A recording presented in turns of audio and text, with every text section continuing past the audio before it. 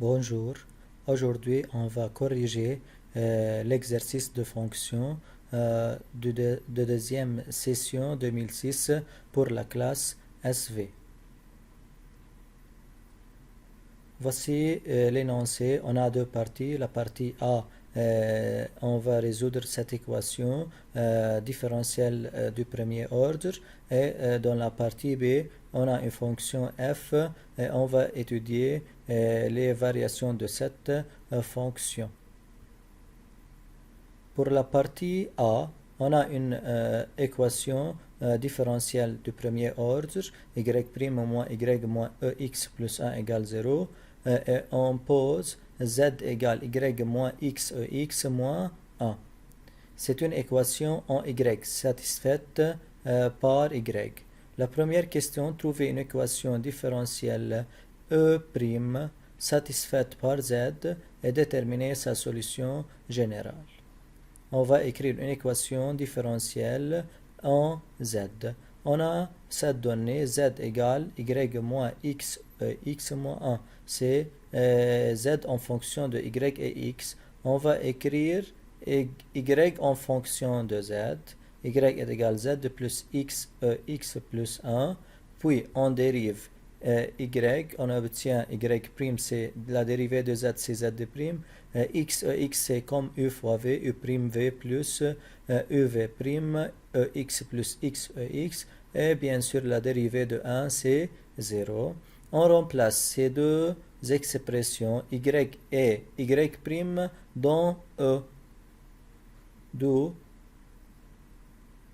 z' plus ex plus x ex, la valeur de y', moins la valeur de y c'est z plus x ex plus 1, moins z moins x ex moins 1, parce qu'on a moins, et enfin moins x plus 1. On réduit et on obtient finalement z' moins z égale 0. C'est une équation incomplète ou une équation homogène parce qu'il n'y a pas un second membre. La solution générale c'est z est égal c e x. On a a c'est moins 1, d'où ce moins 1 c'est ce x. C'est la solution générale d'une équation e' satisfaite par z. Deuxièmement, déduire la solution générale de e et trouver une solution particulière y de e qui vérifie y de 0 est égal à 0. Premièrement, on va déduire la solution générale. On a trouvé la valeur de z et voici la relation entre y et z.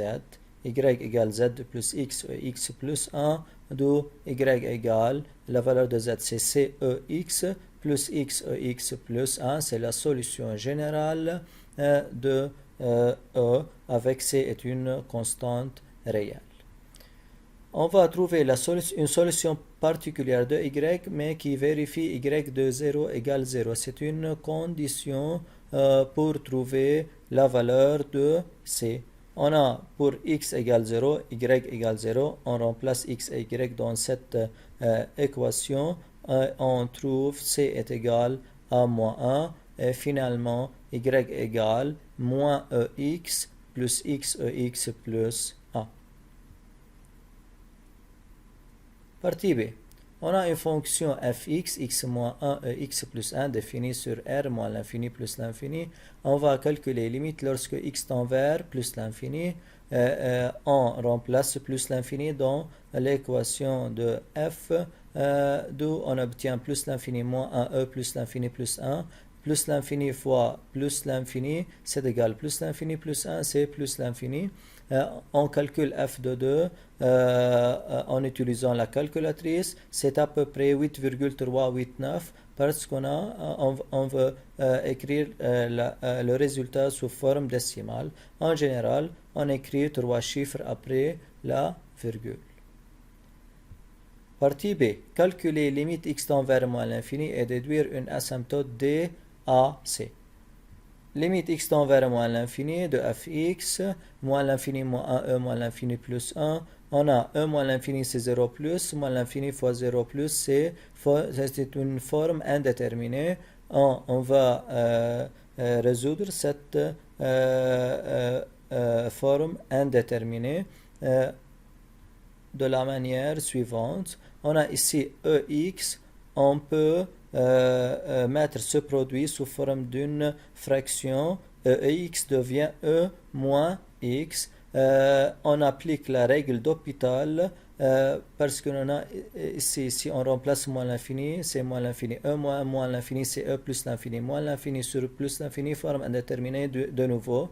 On peut appliquer directement la règle d'Hopital. La dérivée de x, c'est 1. La dérivée de E moins x, c'est moins E moins x. On substitue la valeur de x et on obtient E moins l'infini, c'est E plus l'infini. Fois moins, c'est moins l'infini. 1 sur moins l'infini, c'est 0.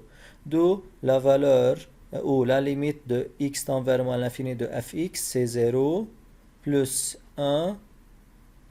Et alors, c'est 1. Et la droite dy égale 1 est une asymptote horizontale en moins l'infini.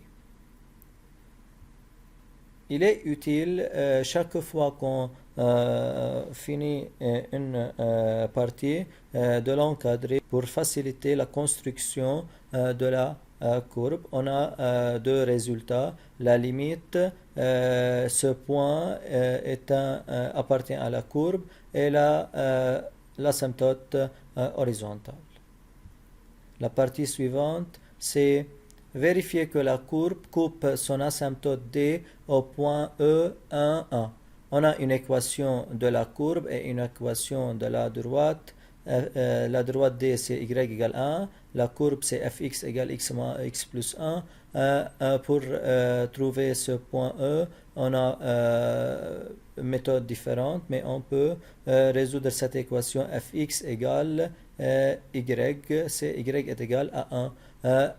On retranche 1 ici et ici. Alors x moins 1 ex est égal à 0.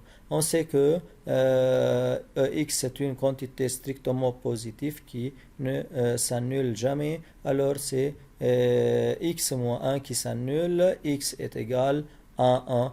On a x est égal à 1 et fx est égal à 1. D'où l'intersection de la courbe et de la droite, c'est le point E 1, 1. Partie 2a. Calculer f'x, on va calculer la dérivée et dresser le tableau de variation. Puis partie B, démontrer que la courbe admet un point d'inflexion.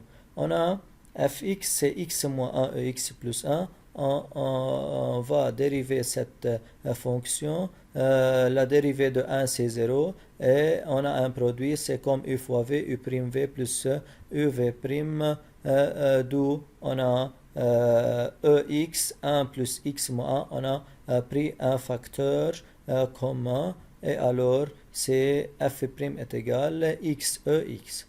De nouveau, x est une quantité strictement positive. F' prend le signe de x. X s'annule en 0. Avant 0, c'est négatif. Après 0, c'est positif.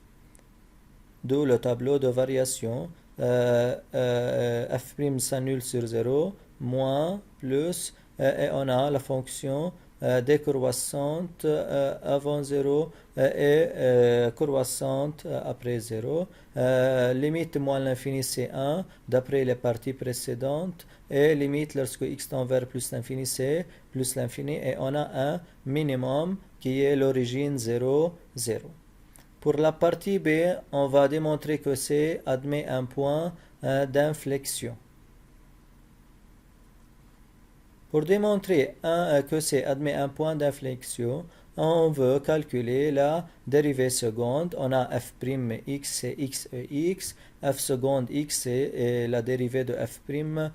Et comme u fois v', on obtient x plus 1 ex. Ex positif. On a f seconde prend le signe de x plus 1. Et alors x plus 1 égale 0, x égale moins 1. On a avant, lorsque x plus petit que moins 1, f' négatif, et après moins 1, on a f' positif. On a f' change de signe du négatif au positif en passant de 0. Alors, la courbe admet un point d'inflexion. F de moins 1, c'est 1 moins 2 sur E. D'où I est moins 1. 1 moins 2 sur I est un point d'inflexion. Partie 3, tracer la droite D et la courbe C. On va tracer la droite et la courbe. On utilise le logiciel GeoGebra pour bien construire la courbe. Tout d'abord, on a les données qu'on va utiliser pour tracer la courbe et la droite. On a ce tableau de variation, on a les limites, le point et la droite, l'asymptote horizontale et le point d'inflexion. CI le point d'inflexion, O le minimum, et on a ce point. Premièrement, on trace la asymptote horizontale, Y est égal à 1. C'est la droite D. Puis on trace la courbe qui décroît de 1 jusqu'à 0 en passant par le point d'inflexion. Et voilà, on a le point E, c'est l'intersection de l'asymptote avec la courbe. Partie 4a. Démontrer que la fonction admet sur l'intervalle 0 plus l'infini une fonction réciproque g. On va tracer la courbe et calculer l'aire du domaine limité par les deux courbes C et G. Pour qu'une fonction admet une fonction réciproque, il faut qu'elle soit une bijection. Et voilà, sur 0 plus l'infini, d'après les parties précédentes, f est une fonction continue et strictement croissante. C'est une bijection. Alors, elle admet une fonction réciproque g définie sur f de 0 plus l'infini, c'est f de 1 limite lorsque x tend vers plus l'infini fx parce qu'elle est strictement croissante. Et on a f de 1 c'est 1 et la limite lorsque x tend vers plus l'infini de fx c'est plus l'infini. Pour tracer la courbe, G est la symétrique de C par rapport à la première bisectrice, y est égal à x. Pour la partie C, on va calculer avant, on va tracer la courbe G. Voici la courbe G de G, la fonction réciproque de f. On a en bleu la courbe de la fonction f, c'est la courbe de la fonction réciproque de f, c'est G.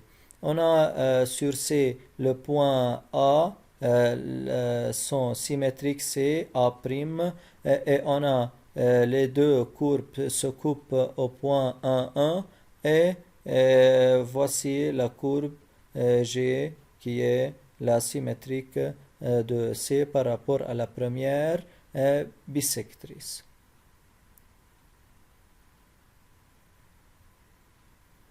Partie C, calculer l'aire du domaine limité par les deux courbes C et G. On va déterminer, préciser premièrement le domaine. Le domaine c'est entre C et G, entre la courbe C et la courbe G. Et voici cette région en rouge. On va calculer l'aire de cette région. On a la courbe G au-dessus de la courbe C, d'où l'aire c'est égal intégrale de 0 à 1, parce que x varie de 0 à 1, de gx moins fx, parce que la courbe G est plus grande que est au-dessus de la courbe C. On n'a pas l'expression de G. Alors, mais on remarque ici que cette région est divisée en deux régions. Une région limitée par la courbe G et la première bisectrice, et la deuxième entre la première bisectrice et la courbe. Et ces deux régions sont de même aire. d'où l'air c'est égal à 2 intégrale de 0 à 1 x moins fx. X, c'est l'équation de la première bisectrice. Alors, 2 fois intégrale x moins, on remplace la valeur de fx, on réduit le calcul et en utilisant la calculatrice, on obtient à peu près 0,436 unités d'air.